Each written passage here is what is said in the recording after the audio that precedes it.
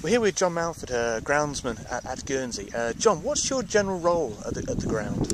Yeah, looking after the wickets, really getting them prepared for the cricket in Guernsey each week.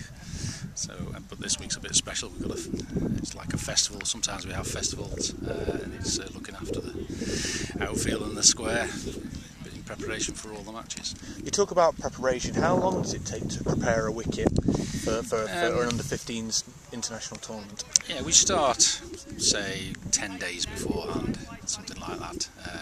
Give it a good water, and then we can roll it when it's right for rolling, and it's a matter of then drying out as it gets cut, reducing the length of the grass gradually, getting it so it's a decent shape for the first match. What are the key elements that make a good pitch? Well, consolidation, good preparation pre-season, or really to get it rolled, and then it's a matter of you've got to balance the rolling. Roll when you can, but it's got to be watered, obviously, and it's that planning ahead to get it dried out after you're rolling, and as you're rolling to dry it out,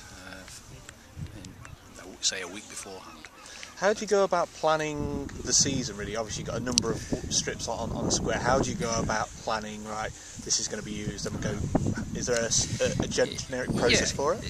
What I tend to do is look at the big matches, say a tournament like this, so I'll say, right, I'll try and use, say, 4 and 6 or 4 and 7, something like that, and then work around it. And then we have the matches, Channel Island League matches and domestic, and just prepare just roughly what I'm going to do. And then things go wrong, of course. It gets too wet, or it's too dry, or a pitch doesn't last, or it's in good condition, it might last a bit longer. So it's only within, in fact I changed these, I think. You just have to tweak it a little bit. I'll use that one, that looks better than this one, so in fact I'll use that in a fortnight's time rather than that one. How do you, I think the phrase is put the pitch to bed almost. What's the process after the match has been completed?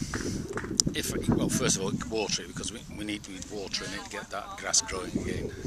So if I can get some water on it first of all, and then use a sorrel roller, get some spike holes in it, and then I can water it again, then the water will get right down into it, and may have to overseed the ends, fill it in with a bit of loam, fertilise it, bring it back again. How long would the pitch take to recover? So obviously this Jersey playing Guernsey today, they're playing on it. You might play again on the same pitch tomorrow. How long will it take for the pitch to recover fully, and then you can say, right, we're going to play on that again?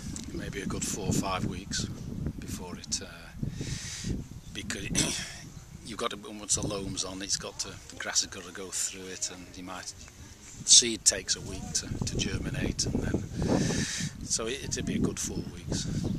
So at the end of the season, what's your general work programme to complete the square? Because it sounds like it's quite a big job.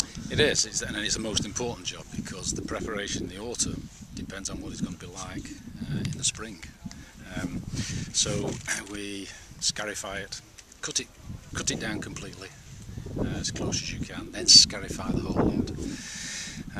Overseed it several times, top dress it with 2.5 tons of loam, and fertilise it, and hopefully it's got an even bed of seed that comes up nicely. And as it's going through October, November, it's still warm enough, the ground and the weather, so that if you've got any bare patches you can still overseed it a little bit more, and hopefully just keep cutting it every few weeks during the winter.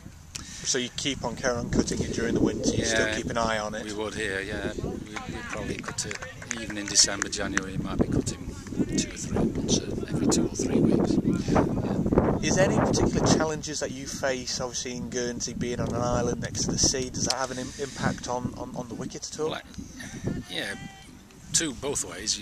Detrimental is that you've got this sea breeze, but that's a good thing, because we don't tend to get many diseases, because it's open and you get this wind all the time. You don't get build-up of much disease. It dries it out every day. We don't get much.